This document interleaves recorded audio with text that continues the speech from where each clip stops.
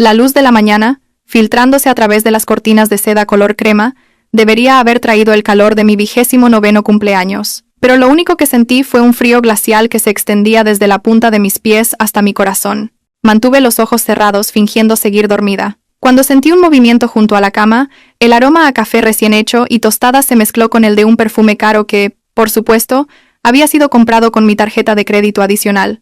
Cariño, despierta. Feliz cumpleaños. Esa voz grave susurró en mi oído, seguida de un beso húmedo en mi mejilla. Abrí los ojos lentamente, controlando los músculos faciales para esbozar la sonrisa más dulce que pude. Frente a mí, Mateo Ruiz sonreía de oreja a oreja. Era guapo. Debía admitir que era el rostro que me había enamorado hasta la locura hacía 3 años. El rostro que me había cegado lo suficiente como para entregarle la mitad de mi razón y el acceso a mis cuentas personales. Gracias, mi amor, respondí suavemente.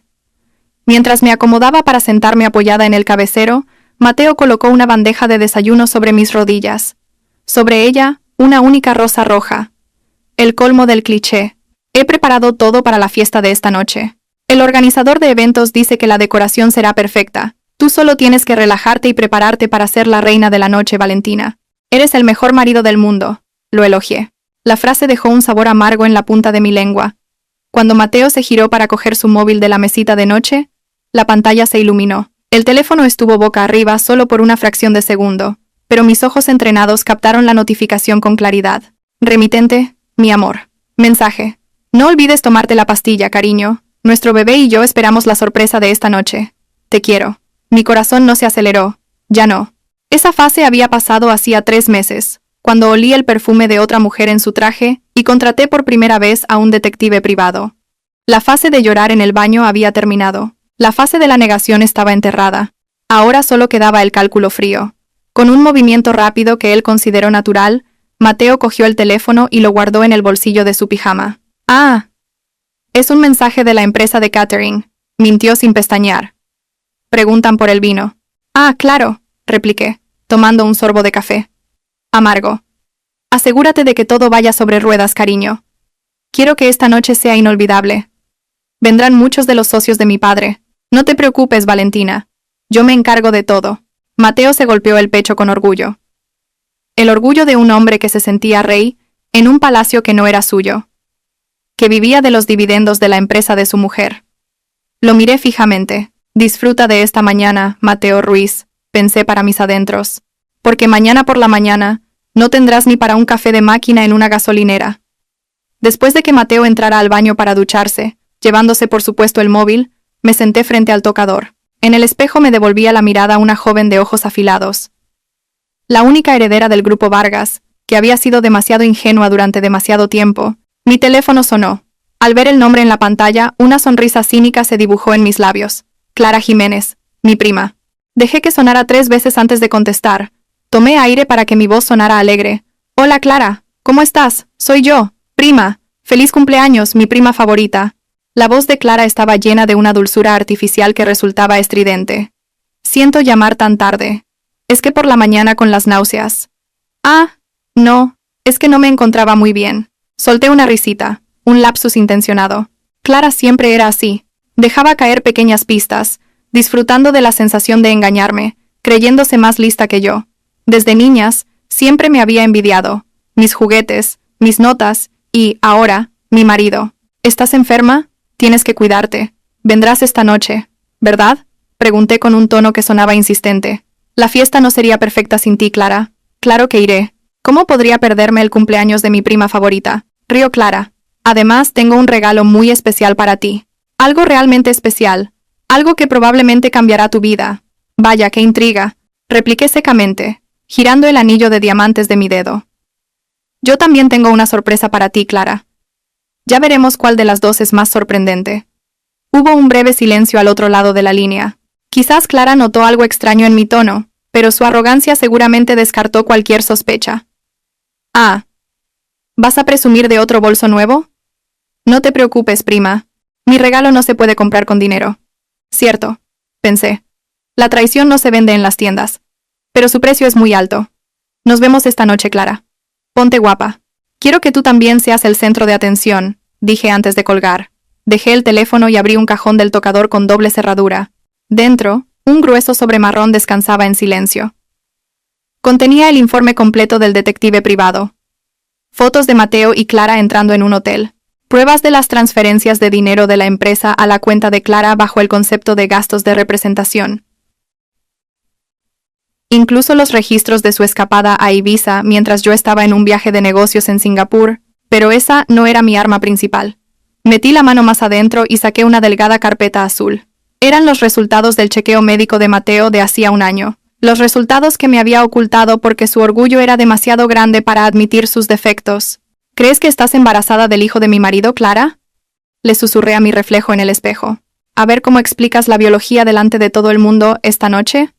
A las 11 de la mañana, la casa empezó a bullir. Llegó el catering, los decoradores se afanaban en instalar lirios blancos y rosas doradas en el salón de baile de nuestra mansión. Mateo estaba ocupado gritando a los empleados, criticando la posición de los candelabros como si fuera el gran jefe.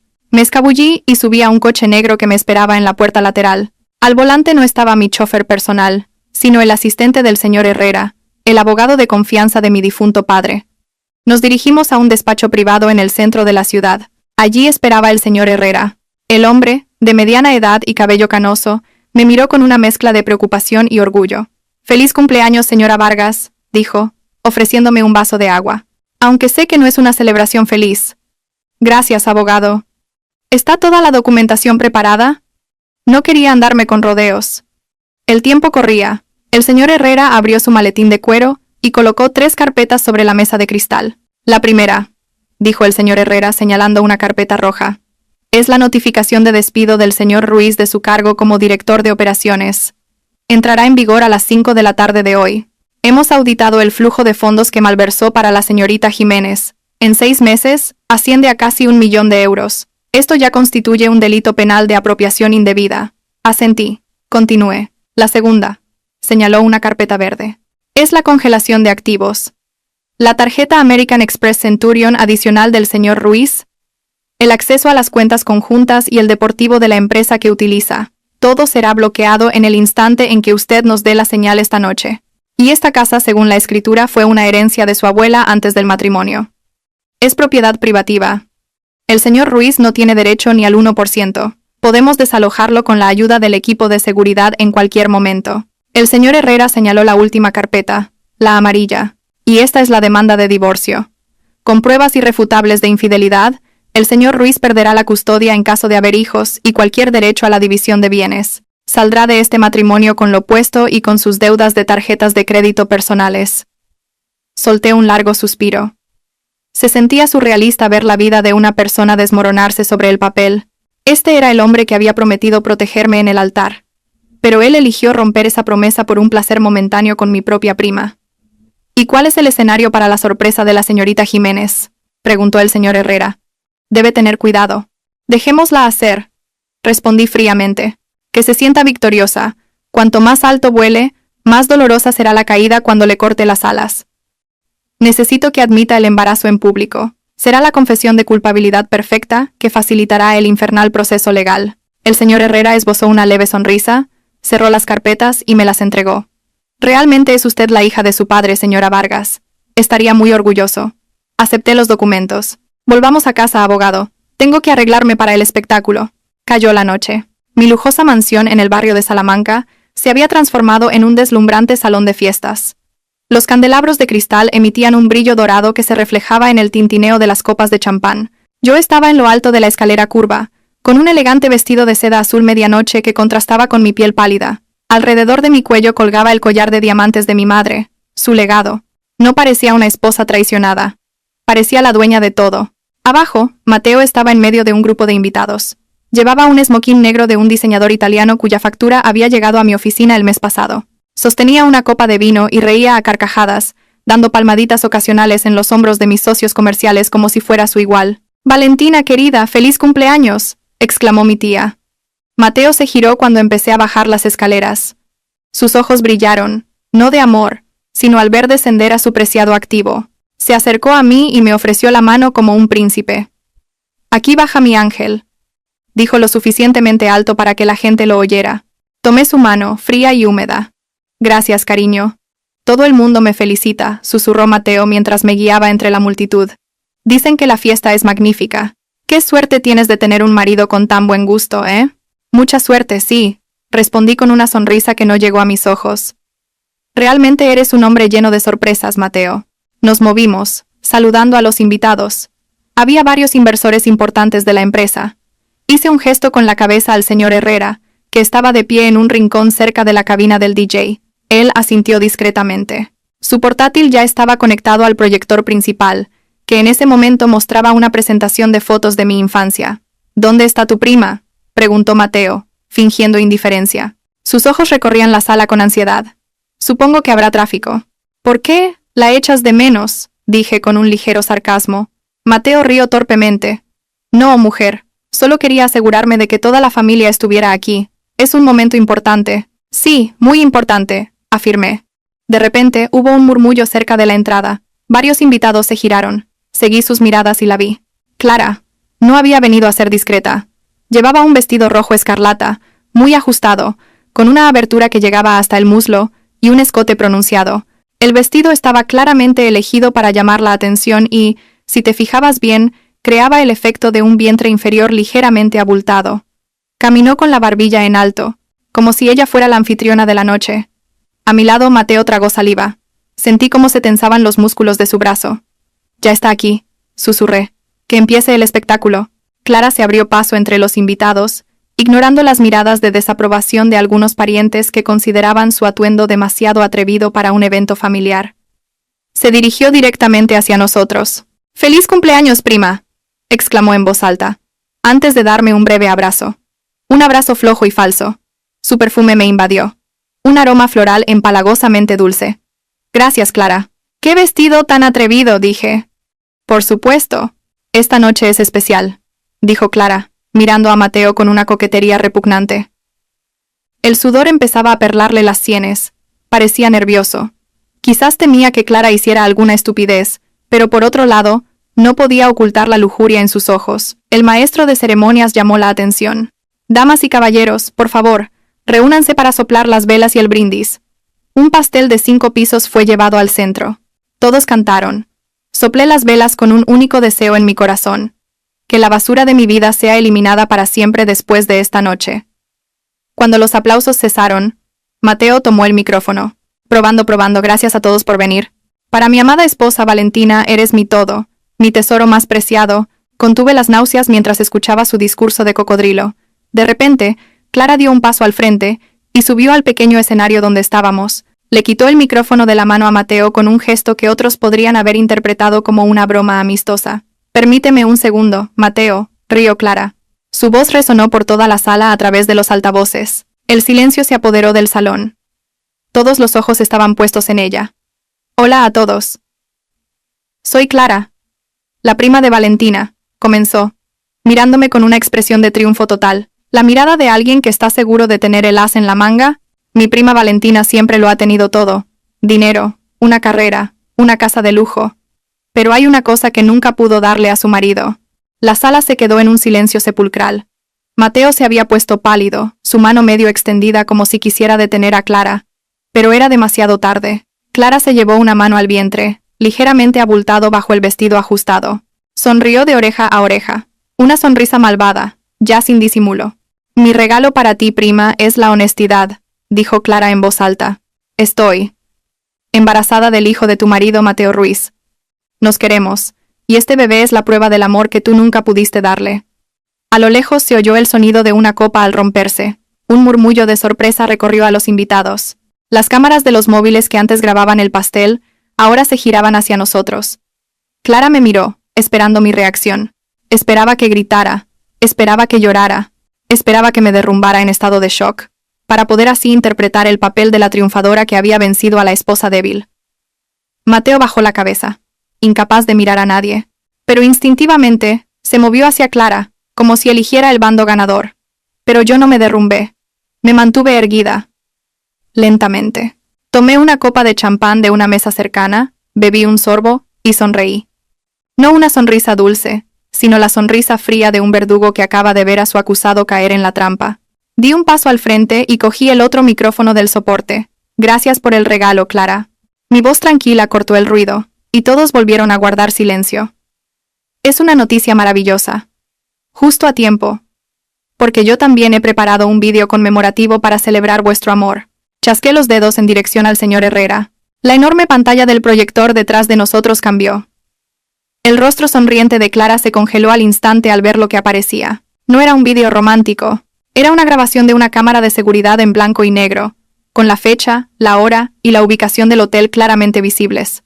Y eso era solo el principio. La gigantesca pantalla del proyector era ahora la única fuente de luz dominante en el salón de baile. Las imágenes que aparecían eran de alta resolución, lo suficiente como para que cada gota de sudor de la traición fuera visible. El primer vídeo era de la cámara de seguridad del vestíbulo de un hotel de 5 estrellas en el centro de Madrid, de hacía 3 meses. En la pantalla, Mateo rodeaba la cintura de Clara con el brazo. Ambos reían cómplices mientras esperaban el ascensor. La mano de Mateo acariciaba ocasionalmente el pelo de Clara. Un gesto que solía hacerme a mí. Ah, ¿no es ese el Hotel Palace? Mi voz rompió el silencio, con el tono relajado de quien comenta un documental. La suite del 18º piso. 2.000 euros la noche. Pagada con la tarjeta de empresa bajo el concepto de reunión con clientes de fuera. Mateo estaba paralizado. Su rostro, antes pálido, ahora tenía un tono ceniciento. Su boca estaba abierta, pero no salía ningún sonido. Miraba fijamente la pantalla, como si esperara que la imagen desapareciera si la miraba el tiempo suficiente. Clara, por otro lado, reaccionó de forma más defensiva. Intentó cubrirse el vientre con el bolso. Sus ojos buscaban una vía de escape, pero los invitados formaban un círculo denso, atrapándolos como si fueran una atracción de circo. «¡Apaga eso! ¡Apágalo ahora mismo!», gritó Mateo, su voz finalmente rompiéndose. Corrió hacia la mesa del operador en un rincón de la sala para detener el vídeo, pero 2 corpulentos guardias de seguridad, a quienes había contratado especialmente para esta noche, lo interceptaron de inmediato. Sin tocarlo bruscamente, simplemente se plantaron firmes como un muro de hormigón, con los brazos cruzados y una mirada amenazante. «¡Apartaos! Yo soy el dueño de esta casa. Soy el marido de Valentina Vargas», gritó Mateo histéricamente, señalándose el pecho. «¿Marido?». Solté una risita. Mi voz retumbó por los altavoces. «Ese es un estatus que estamos reevaluando ahora mismo, Mateo. Pero primero, terminemos de ver este espectáculo. Es demasiado bueno para perdérselo». El vídeo cambió. Esta vez no era una cámara de seguridad, sino una cámara oculta que mi detective había instalado en el coche de Mateo. El audio era nítido. «Mateo, ¿cuándo te vas a divorciar de esa mujer tan estirada? Estoy harta de ser la otra». Se escuchó la voz quejumbrosa de Clara. «Un poco más de paciencia, cariño. Espera a que pueda poner la propiedad de Ibiza a tu nombre. Valentina es tonta. Confía demasiado en mí. En cuanto asegure los activos, la dejaré», respondió la voz de Mateo, seguida de una risa burlona. La risa grabada de Mateo resonó en la silenciosa sala de fiestas. Los invitados, en su mayoría familiares y socios de negocios, empezaron a susurrar. Los susurros se convirtieron en un murmullo de indignación. Sus miradas hacia Mateo ya no eran de falsa admiración, sino de asco. Los padres de Clara, mis tíos, parecían a punto de desmayarse cerca de la mesa del buffet. Mi tío se llevó la mano al pecho, con el rostro enrojecido por la vergüenza. «Valentina, esto es un montaje. Me has tendido una trampa», gritó Clara. Lágrimas de cocodrilo empezaron a correr por sus mejillas cubiertas de un espeso maquillaje. «Esa voz es falsa». La miré desde el escenario. Una mirada fulminante. «La tecnología ha avanzado mucho, Clara. Pero los historiales de compras y los registros digitales del banco no mienten. Veamos el siguiente regalo». Hice otra señal al señor Herrera. La pantalla del proyector parpadeó. En lugar de vídeos lascivos, aparecieron tablas de números y escaneos de documentos bancarios. Esta fue la parte más dolorosa para los socios de negocios presentes. La infidelidad puede ser un escándalo moral, pero robar dinero es un escándalo profesional imperdonable. «Damas y caballeros», dije en voz alta, cambiando del modo de esposa herida al modo de CEO, presentando un informe de auditoría. Lo que están viendo es el informe financiero del Grupo Vargas de los últimos 6 meses. Un puntero láser rojo, manejado por el señor Herrera, apareció en la pantalla. Observen estas columnas en rojo. Un total de casi 1 millón de euros en fondos operativos fueron retirados en efectivo o transferidos a cuentas de terceros desconocidos.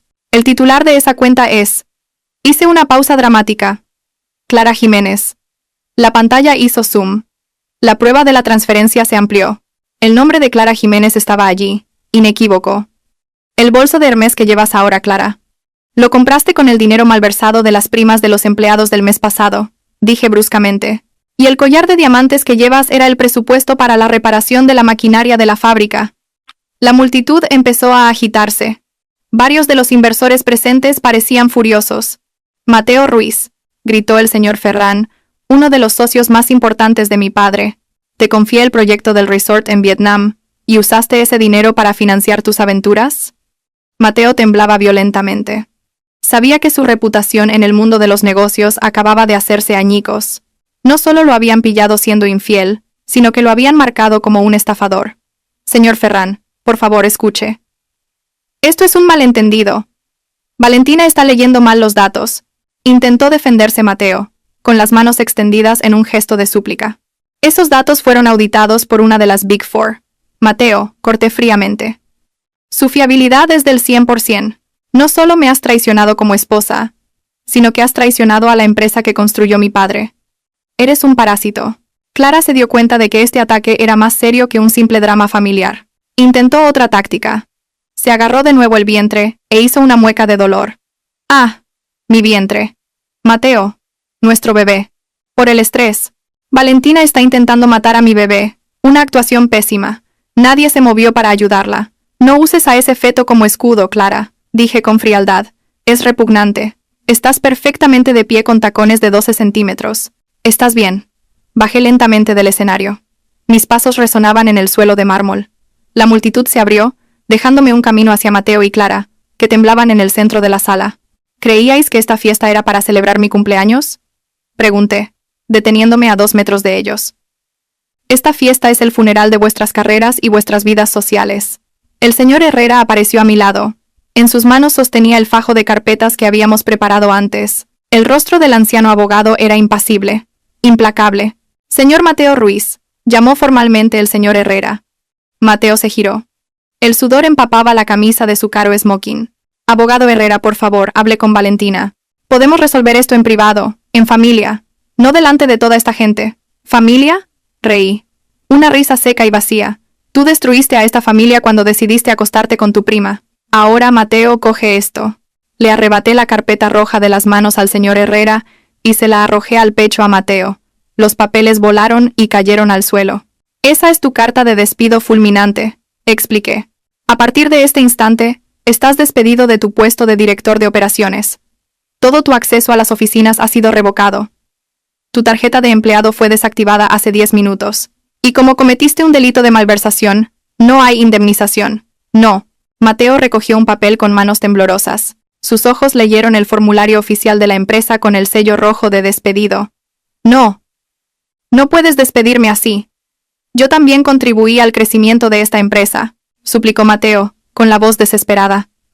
Tu única contribución fue malgastar el presupuesto, repliqué rápidamente. Luego cogí la carpeta amarilla, la demanda de divorcio. Y esto, le di una ligera bofetada en la mejilla con la carpeta antes de dejarla caer en sus manos. Es la demanda de divorcio, redactada por mis mejores abogados. Con el vídeo y la auditoría financiera como pruebas, no recibirás ni un solo euro en la división de bienes. Saldrás de este matrimonio sin nada, tal como entraste cuando te recogí hace 5 años. Valentina. Mateo intentó cogerme la mano. Tenía los ojos llenos de lágrimas. Lo siento. Me volví loco por un momento. Clara me sedujo. Fue ella quien empezó. Clara jadeó. Miró a Mateo con los ojos muy abiertos. ¿Qué? Dijiste que me querías, Mateo. Dijiste que Valentina era una mujer aburrida y fría. ¿Por qué me culpas a mí ahora? Cállate, arpía, le gritó Mateo a Clara. ¿Crees que habría malversado dinero si no hubieras estado pidiéndome constantemente que te comprara cosas de lujo? Todo es culpa tuya. Vaya, vaya. Aplaudí lentamente. ¡Qué romántico! Mirad esto. La pareja que se profesaba amor eterno ya se está despedazando. Miré a Mateo con profundo asco. Eres patético, Mateo. Ni siquiera tienes el valor de responsabilizarte de tus decisiones. Vale, vale. Firmaré los papeles del divorcio, gritó Mateo, el pánico puro empezando a apoderarse de él. Pero dame algo de tiempo. Necesito un lugar donde vivir. Esta casa. Déjame quedarme en el pabellón de invitados al menos hasta que encuentre un apartamento. ¿Esta casa? Arqueé una ceja. Sí, he sido tu marido durante 5 años. Yo también he cuidado de esta casa. Tengo derechos, insistió Mateo. Era su último bastión. Sabía que sin esta casa, no tenía dónde quedarse. Le hice una seña al señor Herrera para que me diera el último documento. La escritura de la propiedad. Mateo, negué con la cabeza como si le hablara a un niño testarudo. Esta casa es una herencia de mi abuela. Me la dio antes de que nos casáramos. Legalmente. Es propiedad privativa. Tu nombre no está en esta escritura. Nunca lo ha estado, y nunca lo estará. Abrí la carpeta y le mostré la copia legal de la escritura ante su cara. Aquí solo eras un invitado, y como dueña de la casa, tengo todo el derecho a echar a un invitado que no sabe cuál es su lugar. Me giré hacia el jefe de seguridad. Señor Díaz. Sí, señora Vargas. El señor Díaz y 3 de sus hombres dieron un paso al frente. Sus botas hicieron un fuerte ruido en el suelo de mármol. Ayuden al señor Ruiz y a la señorita Jiménez a hacer las maletas, ordené fríamente. Denles bolsas de basura negras y grandes. Asegúrense de que no se lleven ninguna de mis maletas Louis Vuitton o Rimowa. Solo pueden llevarse la ropa que compraron con su propio dinero. Lo que supongo que no será mucho.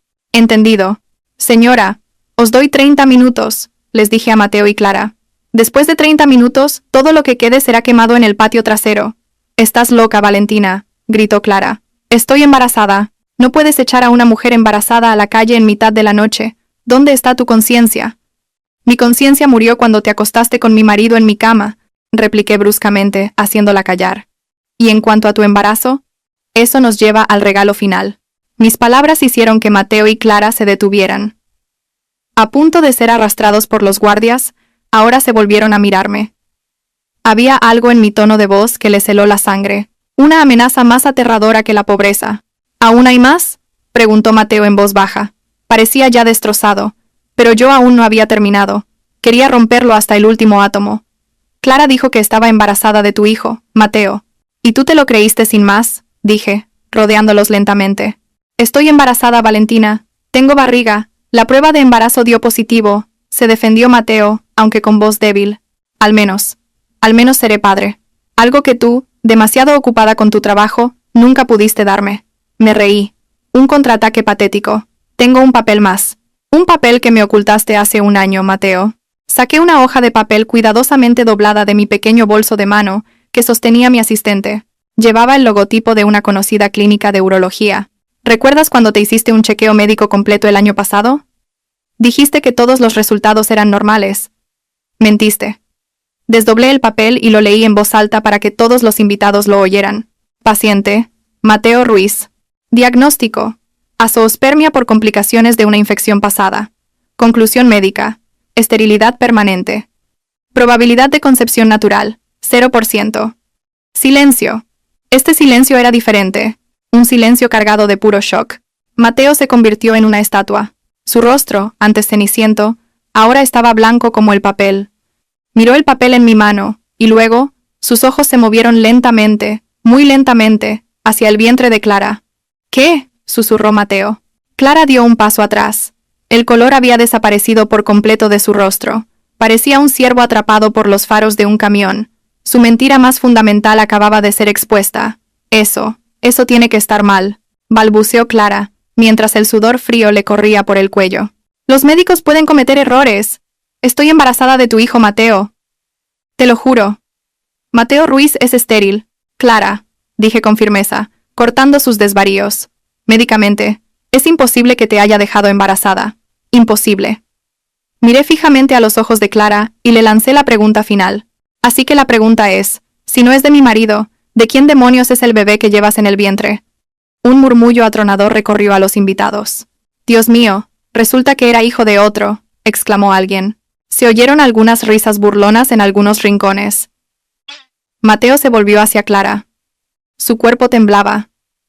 Esta vez no de miedo, sino de una ira explosiva. Se sentía traicionado por encima de la traición. Había abandonado a su rica esposa por una mujer que lo había engañado por completo. ¿Me mentiste?, siseó Mateo. Su voz era espeluznante. La agarró bruscamente por los hombros. Contéstame. ¿De quién es el hijo? Suéltame. Me haces daño, gritó Clara intentando zafarse. Es tuyo. Valentina está intentando ponernos el uno contra el otro. Tengo los documentos originales en mi caja fuerte. Puedo enseñártelos si quieres, Mateo, añadí, echando más leña al fuego. Te han engañado. Has tirado un diamante por un guijarro que ni siquiera era tuyo. ¡Zorra mentirosa!, rugió Mateo, levantando la mano para abofetear a Clara. ¡Basta! El señor Díaz y el equipo de seguridad redujeron a Mateo al instante, sujetándole los brazos por la espalda antes de que pudiera cometer una agresión física. No necesitaba que la policía apareciera por un caso de violencia. Quería que esta noche terminara limpiamente. «Sáquenlos de aquí», fue mi última orden. Mi voz sonaba aburrida. Estaba cansada de jugar con mi presa. Les quedan 20 minutos para hacer las maletas. Después de eso, saldrán a la calle sin nada de ropa. Mateo siguió forcejeando, maldiciendo a Clara con improperios que no se pueden repetir. Clara lloraba histéricamente, no de remordimiento, sino de humillación y miedo. Miró a sus padres, mis tíos, pero ellos apartaron la vista, demasiado avergonzados para reconocer a su propia hija. El señor Díaz y su equipo sacaron a la pareja rota del salón de baile y los llevaron escaleras arriba para que metieran sus pertenencias en bolsas de basura negras. Los gritos y maldiciones de Mateo se fueron apagando hasta desaparecer en el piso de arriba. Me quedé sola en medio de la sala. Bajo el magnífico candelabro de cristal, sentí una ligereza en el pecho. El pesado lastre que me había oprimido durante los últimos 3 meses por fin se había desvanecido. Me volví hacia los invitados, que seguían en estado de shock. Levanté mi copa de champán. «Disculpen el alboroto, damas y caballeros», dije, con la primera sonrisa sincera del día. «La basura ha sido retirada. Ahora, disfrutemos de la fiesta. Música». El avispado DJ puso inmediatamente I Will Survive a todo volumen. La tensión en el ambiente se fue disipando lentamente. Varias amigas íntimas corrieron a abrazarme, dándome ánimos. Esa noche había perdido un marido, pero me había recuperado a mí misma. Y fue un intercambio muy provechoso. A las 2 de la madrugada, las pesadas puertas de hierro negro de mi mansión se cerraron de golpe, sellando el pasado en su interior. Fuera, en la acera, estaban Mateo y Clara, como 2 vagabundos expulsados del paraíso. A sus pies, 4 grandes bolsas de basura negras de plástico. Dentro, la ropa que habían logrado meter a toda prisa en los 30 minutos de pánico que les concedí. Ni maletas Rimowa, ni bolsas de golf, ni joyeros. El cielo nocturno no estaba de su parte. Una fina llovizna comenzó a caer, empapando el llamativo vestido rojo de Clara y la arrugada camisa de smoking de Mateo. «Pide un Cabify, Mateo. ¡Rápido, que tengo frío!», gritó Clara abrazándose a sí misma. En su voz aún quedaban resquicios de arrogancia, como si Mateo siguiera siendo el director que podía conseguir cualquier cosa con un chasquido de dedos. Con manos temblorosas, Mateo buscó en los bolsillos de su pantalón y sacó su móvil. La pantalla estaba ligeramente agrietada por haberse caído cuando los guardias lo arrastraban. Abrió la aplicación de Cabify. «¡Mierda!», exclamó Mateo, dando una patada a una de las bolsas de basura. La tarjeta de crédito asociada a la aplicación ha sido cancelada. Valentina realmente lo ha bloqueado todo. «¡Usa efectivo! Tendrás efectivo en la cartera», le urgió Clara. Mateo abrió su cartera de cuero. Estaba vacía. Se había acostumbrado a una vida sin efectivo. Desde el café hasta la gasolina, todo dependía de la tarjeta negra adicional de mi cuenta. Solo había un billete de 50 euros que guardaba detrás de una tarjeta de visita. 50 euros. Mateo miró el billete con la mirada perdida. «¿Con esto? Solo nos llega para un taxi normal a una pensión de mala muerte. No a un hotel. No quiero dormir en una pensión de mala muerte. Estoy embarazada, Mateo». Empezó a llorar Clara, las lágrimas y el rímel corrido ensuciándole la cara. «¡Cállate!», se giró Mateo. Sus ojos brillaron. «Ni se te ocurra mencionar el embarazo. Por tu embarazo y tu maldita boca he perdido todo. La casa, el coche, el puesto, el respeto, todo se ha ido en una noche. Tú te acostaste conmigo. Dijiste que me querías», replicó Clara, sin quedarse atrás. Un viejo taxi azul redujo la velocidad frente a ellos. El conductor miró con recelo a la pareja vestida de fiesta con bolsas de basura en la acera. «Llévenos al alojamiento más cercano y barato, por favor», dijo Mateo, abriendo la puerta del taxi. Metió las bolsas de basura bruscamente en el asiento trasero. Terminaron en una pequeña pensión en las afueras de la ciudad, de las que se suelen alquilar por horas. La habitación olía a tabaco rancio y a humedad. La sábana de la cama era de un color apagado con manchas sospechosas. No había aire acondicionado, solo un ventilador de pared que chirriaba con cada giro. Clara se sentó en el borde de la cama, intentando no tocar nada. Aún llevaba los tacones altos. «Esto es una pesadilla. Mateo, llama a Valentina. Pídele perdón. Dile que nos volvimos locos por un momento. Seguro que se ablanda». «Estaba loca por ti». Mateo rió cínicamente. Se sentó en el suelo, apoyado en la pared desconchada. Miró al techo agrietado. ¿No viste sus ojos antes? Esos no eran los ojos de la antigua Valentina. Eran los ojos de una asesina. Lleva meses planeando esto. Se acabó, Clara. El sonido de una sirena de policía se oyó débilmente a lo lejos. Por primera vez en su cómoda vida, Mateo sintió un miedo puro por el mañana. Ya no era Mateo Ruiz, el joven ejecutivo. Era un hombre desempleado, endeudado y protagonista de un escándalo que lo perseguiría de por vida. La luz del sol que se colaba por el hueco de la sucia cortina le dolió. Mateo se despertó con la espalda dolorida y el estómago revuelto por el hambre. Giró la cabeza. Clara dormía acurrucada, todavía con su arrugado vestido de fiesta. Rumiaba ligeramente. El recuerdo de la noche anterior lo golpeó como un camión. El hecho médico. Azoospermia. Esterilidad permanente. Mateo se levantó y cogió una botella de agua tibia que quedaba en la mesa. Bebió con avidez, luego miró a Clara con un odio creciente. Si él era estéril, ese niño era un bastardo. Y si ese niño era un bastardo, su sacrificio de abandonar a Valentina era la mayor estupidez de la historia de la humanidad. Despierta. Mateo le dio una patada en la pierna a Clara. Clara gimió y abrió los ojos. ¿Qué hora es? Tengo hambre, Mateo. Pide algo de comer. No hay dinero para pedir comida buena, gritó Mateo. Vende tus pendientes de diamantes. Clara se cubrió las orejas instintivamente. Fueron mi regalo de cumpleaños del año pasado. O los vendes o pasamos hambre. Mateo le agarró la muñeca a Clara. Y con ese dinero vamos a hacer una cosa más, una prueba de ADN. El rostro de Clara palideció al instante. ¿Qué? Mateo, ¿todavía crees a Valentina? Falsificó tus informes médicos para que nos peleáramos. Es un truco muy viejo. Pues demuéstralo. Mateo acercó su cara a la de Clara. Su aliento olía a alcohol rancio de la noche anterior. Hoy vamos a ir a una clínica. Te harás una prueba de NIPT, prueba prenatal no invasiva. Puede comprobar el ADN del feto con la sangre de la madre. Si pagamos el servicio urgente, tendremos los resultados rápidamente. No es necesario. Es un desperdicio de dinero. Clara intentó zafarse, retrocediendo hacia el baño. Con lo que sobre de tus pendientes será suficiente. Necesito saberlo, Clara. La voz de Mateo se convirtió en un peligroso gruñido. Porque si no es mi hijo, haré de tu vida un infierno peor que el mío. Esa tarde, tras una larga discusión con gritos y lanzamiento de objetos, finalmente fueron a una casa de empeños en un mercado cercano. Los pendientes de diamantes de Clara se vendieron por una fracción de su precio de compra, alegando que no tenía el certificado. El dinero era suficiente para una semana de comida, y para pagar la tarifa urgente de la prueba de ADN en una pequeña clínica privada. En la clínica, cuando la enfermera le sacó sangre a Clara, ella temblaba violentamente. Mateo estaba sentado en un rincón de la sala, observando con los brazos cruzados. Sus ojos no se apartaron de la jeringuilla ni por un segundo. Ya no le sostenía la mano a Clara. Actuaba como un carcelero vigilando a un prisionero. Los resultados se enviarán por correo electrónico en un plazo de 3 días laborables, dijo la recepcionista. 3 días, murmuró Mateo al salir de la clínica. 3 días para que se decida tu destino. Caminaron de vuelta a la pensión bajo el sol abrasador. El sudor les empapaba la espalda. La gente en la calle miraba con extrañeza a la pareja desaliñada vestida de fiesta. Mateo se sentía tan pequeño como una hormiga. Antes, ni se habría dignado a pisar estas aceras polvorientas. Ahora, este era su mundo. Mientras Mateo y Clara luchaban contra el polvo de la calle, yo estaba sentada en mi silla ergonómica en el piso 40 de la Torre Vargas.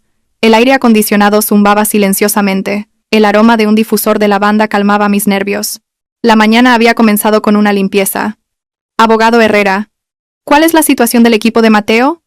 Pregunté, girando mi silla para contemplar el horizonte de Madrid a través del enorme ventanal. El señor Herrera estaba de pie al otro lado de mi escritorio, con una sonrisa de satisfacción.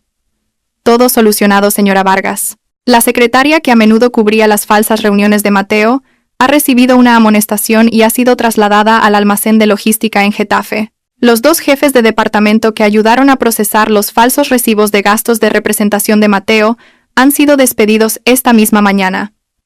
Bien, dije secamente. Quiero un ambiente de trabajo limpio. No más parásitos. Ah, y señora Vargas. Los rumores sobre la fiesta de anoche se extendieron por los chats de la élite empresarial, pero, afortunadamente, nuestro equipo de relaciones públicas actuó con rapidez. La narrativa que se ha difundido es: la CEO del Grupo Vargas castiga severamente la corrupción interna cometida por su marido. Las acciones de la empresa, de hecho, han subido un 2% esta mañana, A los inversores les gusta su decisión, esbocé una leve sonrisa. Una venganza rentable. Mateo había intentado humillarme, pero en su lugar, me había proporcionado un escenario para demostrar mi fuerza como líder única. ¿Y la casa? Un equipo de limpieza profesional está trabajando. Las pertenencias restantes de Mateo, su colección de revistas de coches, su equipo de gimnasio, su ropa vieja, todo ha sido recogido y será donado a una organización benéfica. El colchón del dormitorio ha sido reemplazado por uno nuevo, como usted solicitó. Asentí. No tenía intención de dormir en un colchón donde había dormido un traidor. Hay una cosa más. El señor Herrera me pasó una tableta. Es un informe del detective privado. Fotos del estado de Mateo Ruiz y Clara Jiménez esta mañana. Miré las fotos tomadas clandestinamente. Mateo parecía desolado, sentado en un humilde restaurante de barrio, comiendo un menú del día con la mirada perdida. Clara parecía estar discutiendo con el dueño de una casa de empeños. Parecían patéticos, lejos de la imagen de pareja de poder que Mateo siempre había querido proyectar. Patético, murmuré sin compasión. Pero todavía no es suficiente. Mateo no se derrumbará por completo hasta que sepa la verdad sobre ese niño. Acaban de estar en una clínica, añadió el señor Herrera. Parece que Mateo ha obligado a Clara a hacerse una prueba de ADN. Excelente. Dejemos que se destruyan mutuamente psicológicamente. Manténgalos vigilados, abogado. Y si Mateo intenta acercarse a la empresa o a la casa, asegúrese de que el equipo de seguridad se ocupe de él según el protocolo. Entendido, señora Vargas. Después de que el señor Herrera se fuera, me recliné en mi silla. La habitación estaba en silencio, pero era un silencio tranquilizador. Ya no tenía que preocuparme por si mi marido mentía. Ya no tenía que sospechar cuando llegaba tarde. Llamaron suavemente a la puerta de mi despacho. El señor Yáñez, del equipo de marketing, a quien Mateo había ignorado por considerarlo un rival, entró con unos documentos. Disculpe, señora Vargas. Aquí está la propuesta de estrategia para el próximo trimestre que solicitó. Y, bueno, solo quería decirle que todos los empleados la apoyamos.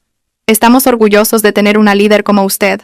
Miré al señor Yáñez y vi la sinceridad en sus ojos. Gracias, señor Yáñez. Centrémonos en el trabajo. Tenemos objetivos que alcanzar. La vida continuaba, y sin una carga de 80 kilos llamada Mateo Ruiz, se sentía mucho más ligera. Los 3 días en esa pensión de mala muerte le parecieron a Mateo 3 años. El dinero de los pendientes se agotaba. Comían fideos instantáneos 2 veces al día. Clara no paraba de quejarse de náuseas, pero a Mateo no le importaba. Se limitaba a sentarse en un rincón de la habitación, mirando la pantalla agrietada de su móvil, actualizando su bandeja de entrada de correo electrónico cada 10 minutos. Su relación se había convertido en una guerra fría. Ya no había cariño ni te quiero, solo miradas de sospecha y maldiciones en voz baja. Ping. El sonido de una notificación de correo electrónico rompió el silencio de la tarde. El corazón de Mateo se detuvo por un instante. Asunto del correo. Confidencial. Resultados de la prueba clínica. Clara, que se estaba peinando su enmarañado cabello, se quedó helada. Vio cómo la expresión de Mateo pasaba de la tensión al terror, y luego a una furia indescriptible. Mateo leyó el informe en PDF, línea por línea. Eran términos médicos complicados, pero la conclusión estaba impresa en negrita en la última página. Probabilidad de paternidad. 0%. Conclusión. El presunto padre, Mateo Ruiz, no es el padre biológico del feto. Mateo sintió cómo su mundo se derrumbaba por segunda vez. Pero esta vez, el derrumbe le cayó directamente sobre la cabeza. Valentina no había mentido. El informe médico era real. Él era estéril, y Clara, esta mujer, era una estafadora de primera. Mateo se levantó lentamente. No gritó. Su voz era muy baja y temblorosa, conteniendo un instinto asesino. No es mi hijo. A Clara se le cayó el peine. Retrocedió hasta chocar contra el viejo armario. Mateo, escúchame. No puede ser. ¡Que no es mi hijo! Mateo lanzó el móvil contra la pared, justo al lado de la cabeza de Clara. El teléfono se hizo añicos, como su última esperanza. Mateo se abalanzó y agarró a Clara por los hombros. ¿Quién es? Dime la verdad, o te juro que te mato aquí mismo. ¿Quién es el padre de este bastardo? Clara, aterrorizada al ver los ojos inyectados en sangre de Mateo, rompió a llorar histéricamente. Es de Leo. Es de Leo. Leo. Mateo rió como un loco. El camarero de la discoteca. El que decías que era un exnovio tóxico. ¿Un vago sin futuro? Yo. Estaba borracha esa vez. Fue antes de que empezáramos a salir en serio. No sabía que esto pasaría. Clara se arrodilló a los pies de Mateo, suplicando. Pero te quiero a ti, Mateo. No a Leo. Podemos empezar de nuevo. Podemos dar a este niño en adopción. ¿Adopción? Mateo apartó a Clara de una patada. ¿Crees que quiero criar al hijo de un camarero? Después de haber perdido una empresa, una mansión y una esposa multimillonaria. Mateo se agarró el pelo, gritando de frustración.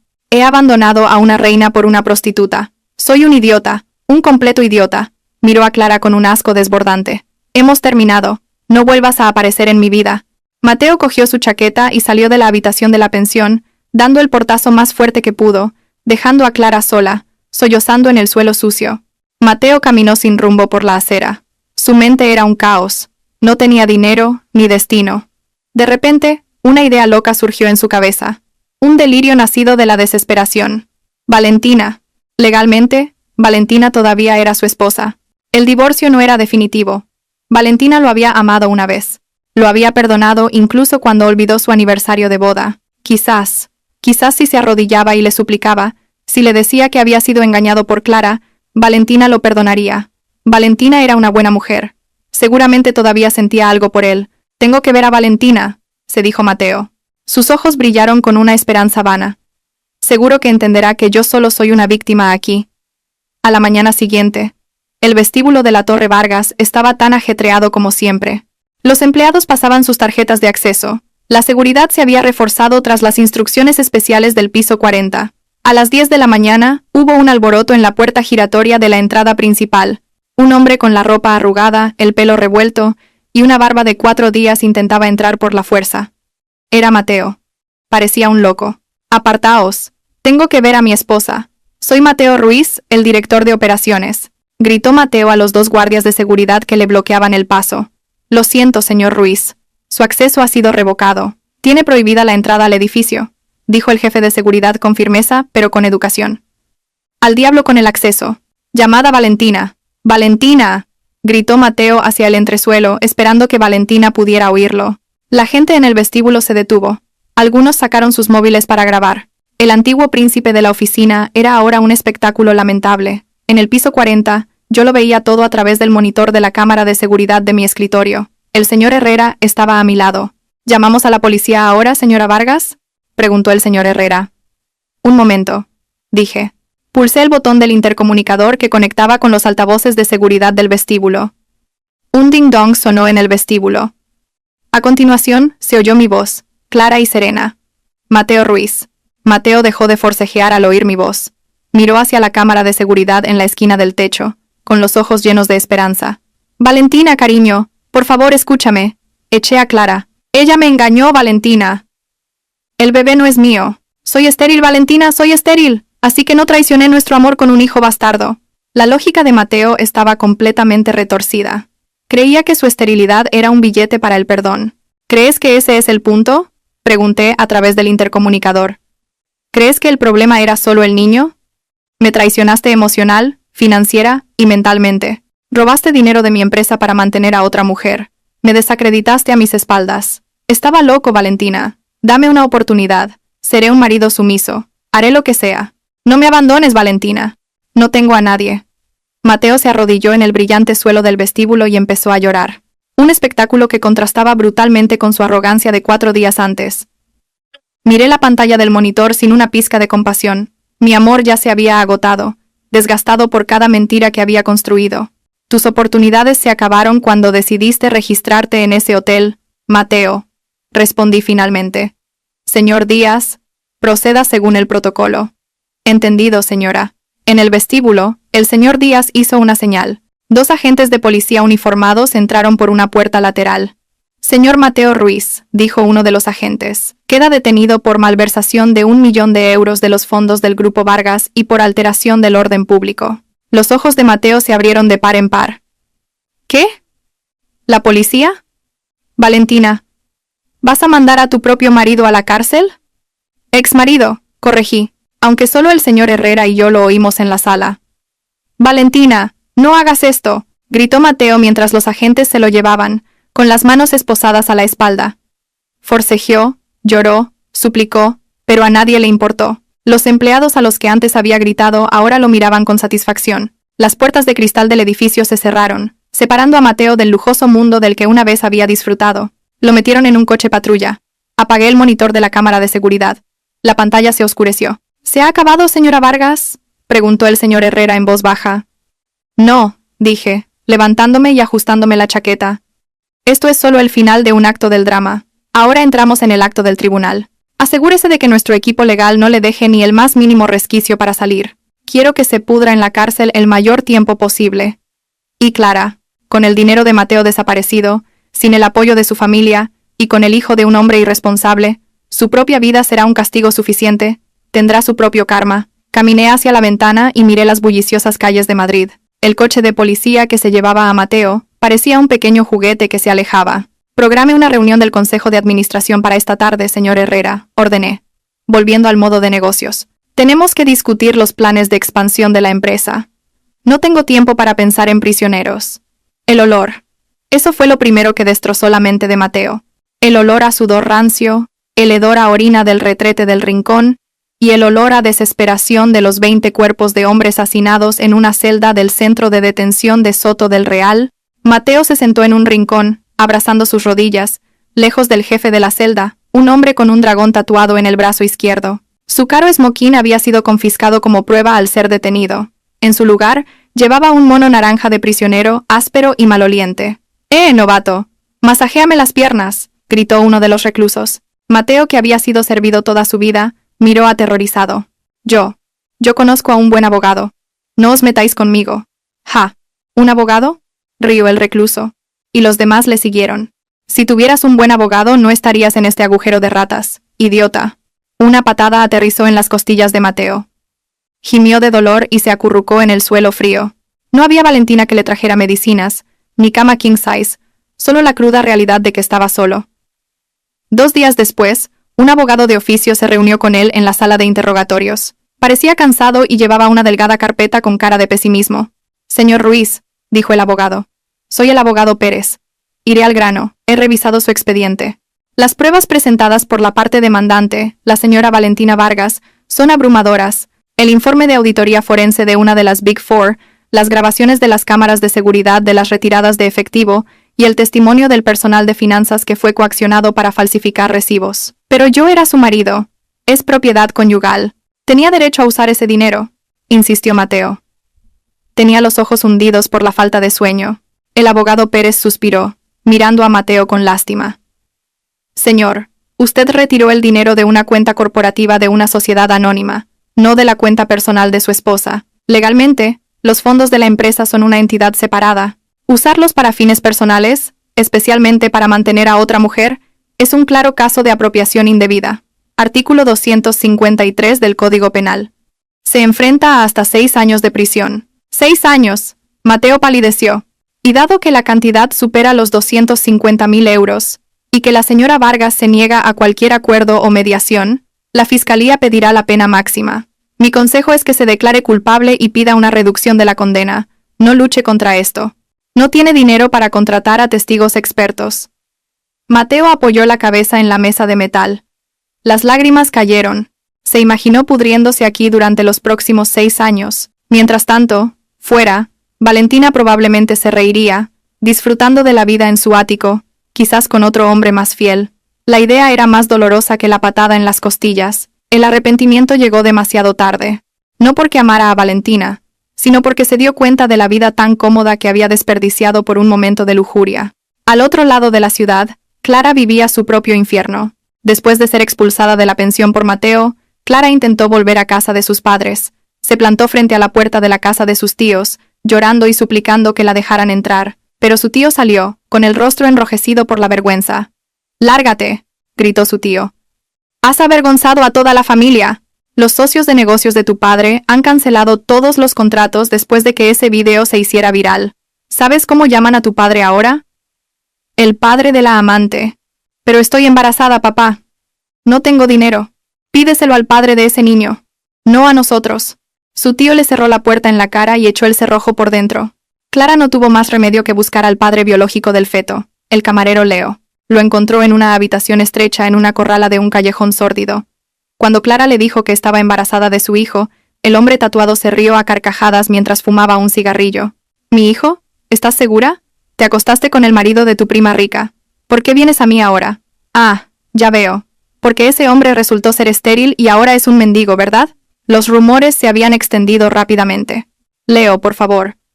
¿Podemos formar una familia? Clara intentó cogerle la mano. Leo se la apartó bruscamente. ¿Estás loca? Soy un trabajador temporal. Apenas tengo para vivir. ¿Quieres que me cargue con más problemas? ¿O lo abortas? ¿O te apañas tú sola? No esperes que me haga responsable de un error que cometiste por diversión. La puerta de la corrala se cerró de un portazo en su cara. Clara se convirtió en una verdadera indigente.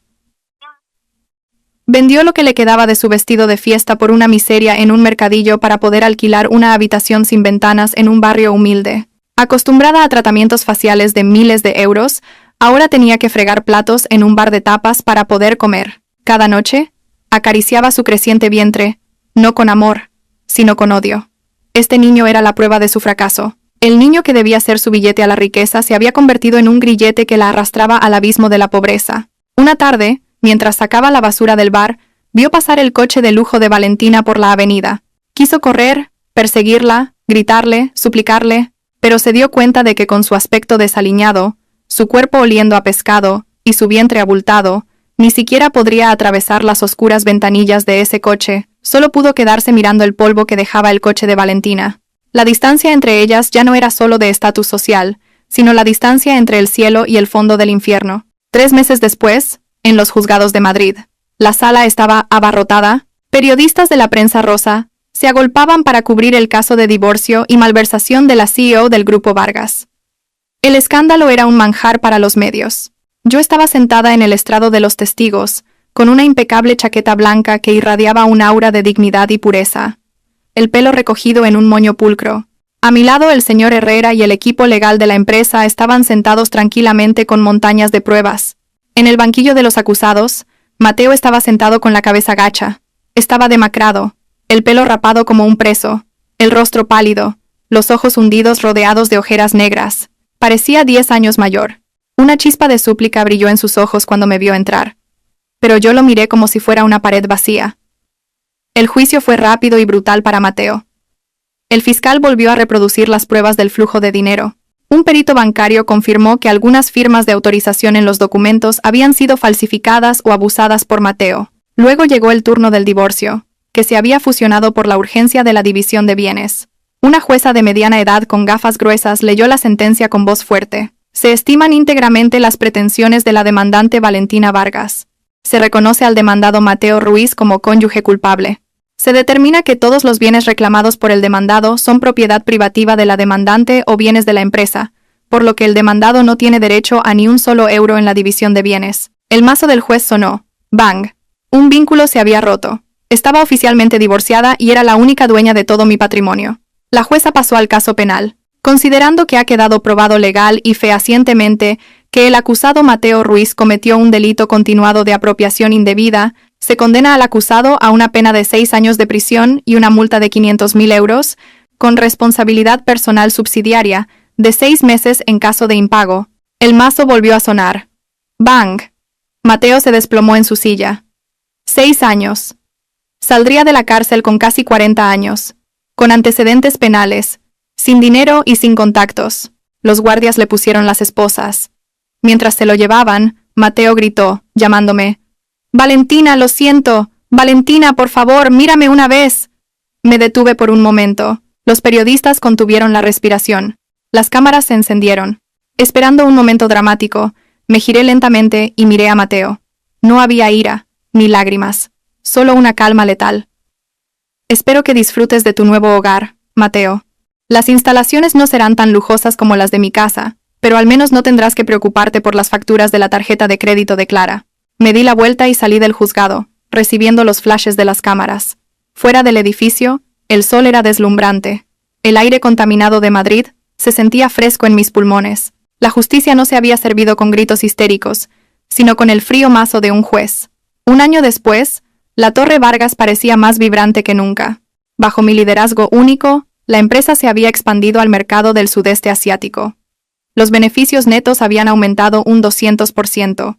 Los empleados trabajaban con entusiasmo porque había introducido un sistema de primas transparente. El dinero que Mateo había robado ahora volvía al bienestar de los empleados. Estaba disfrutando de un té de la tarde en el jardín de la azotea de mi oficina. Frente a mí se sentaba Adrián, un nuevo socio de negocios de Singapur.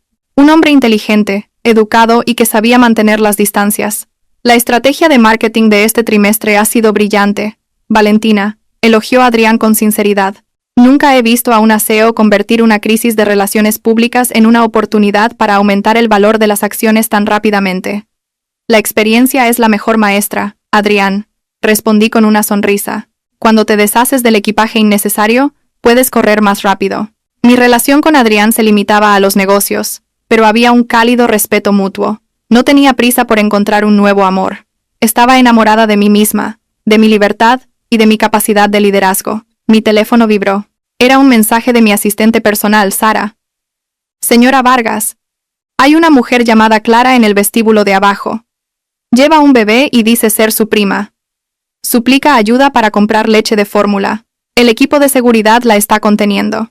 ¿Qué debo hacer? Leí el mensaje sin expresión. Clara, hace un año, se había plantado con su vestido rojo, arrogante, intentando destruirme. Ahora, mendigaba en mi vestíbulo. Escribí una respuesta corta.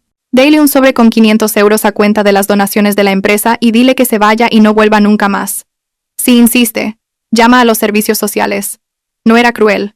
Era firme. 500 euros eran suficientes para la leche de una semana, pero no para que viviera cómodamente. Tenía que aprender a responsabilizarse de su vida. Igual que yo tuve que aprender a levantarme de su traición. ¿Algún problema? Preguntó Adrián al verme dejar el teléfono. Solo un pequeño asunto del pasado. Respondí con indiferencia. Ya está solucionado, me alegro. Por cierto, la semana que viene hay una cena de gala en Marina Bay. ¿Le gustaría acompañarme como mi invitada? Es puramente de negocios, pero la vista es preciosa. Miré a Adrián, y luego al cielo azul sobre Madrid. De acuerdo, respondí. Me encantan las vistas preciosas. Esta noche es mi 30º cumpleaños. No hay una fiesta lujosa con cientos de invitados hipócritas como el año pasado, ni salón de baile, ni un vestido de seda asfixiante, ni un pastel de 5 pisos. Lo celebro en mi villa privada en Ibiza. Solo yo, el sonido de los grillos y una copa del mejor vino. Estoy sentada en el borde de la piscina infinita, con los pies sumergidos en el agua cálida, mirando las estrellas. En una pequeña mesa a mi lado, hay una carta con un sello de la prisión de Soto del Real, una carta de Mateo. La abrí esta tarde por pura curiosidad. El contenido estaba lleno de una caligrafía desordenada, remordimientos, las dificultades de la vida en prisión, historias de cómo otros reclusos lo golpeaban y súplicas para que le enviara algo de dinero para cigarrillos y jabón. Incluso había escrito un pésimo poema de amor. Cogí la carta y un mechero. Observé cómo el fuego consumía el papel barato. Las palabras lo siento se convirtieron en cenizas negras, y las palabras te quiero se quemaron hasta convertirse en polvo. Dejé que se consumiera por completo, y luego soplé las cenizas al aire, dejando que volaran hacia el valle boscoso de abajo. Ya no sentía odio. El odio requiere energía, y él no merecía mi energía. Solo sentía indiferencia. Era solo un mal capítulo en el grueso libro de mi vida. Y ese capítulo ya lo había terminado de leer. Saqué mi teléfono y abrí la galería. Había fotos del equipo de mi empresa riendo en un taller, fotos de mi viaje a Suiza el mes pasado y los planos del orfanato que estaba construyendo en nombre de mi madre. Mi vida estaba llena, completa. Hace un año, mi prima vino a mi cumpleaños con la intención de destruirme. Dijo que su regalo era el dolor. Pero se equivocó. El verdadero regalo fue la resurrección. Mateo y Clara intentaron enterrarme, pero olvidaron que yo era una semilla. Levanté mi copa hacia la luna llena. Feliz cumpleaños, Valentina, me susurré a mí misma. Has ganado. Bebí el vino, sintiendo la dulzura y el calor extenderse. Mañana tengo una cita en el spa a las 9 de la mañana y una reunión online a las 11. El futuro se extendía brillante, y ya nadie podía detenerme.